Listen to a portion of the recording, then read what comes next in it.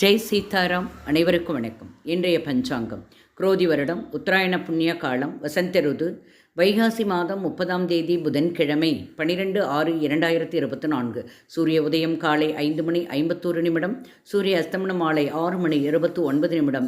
இது கடலூர் மாவட்டத்திற்குரியது. இன்றைய திதி வளர்பிறை சஷ்டி இரவு 8:56 வரை உள்ளது. பின்பு சப்தமி. நட்சத்திரம் ஆயில்யம் அதிகாலை 1:38 வரை உள்ளது. பின்பு மக நட்சத்திரம். யோகம் அர்ஷனம் மாலை 6:20 வரை உள்ளது. பின்பு வஜ்ர யோகம். கரணம் கௌளவம் காலை 8:11 வரை உள்ளது.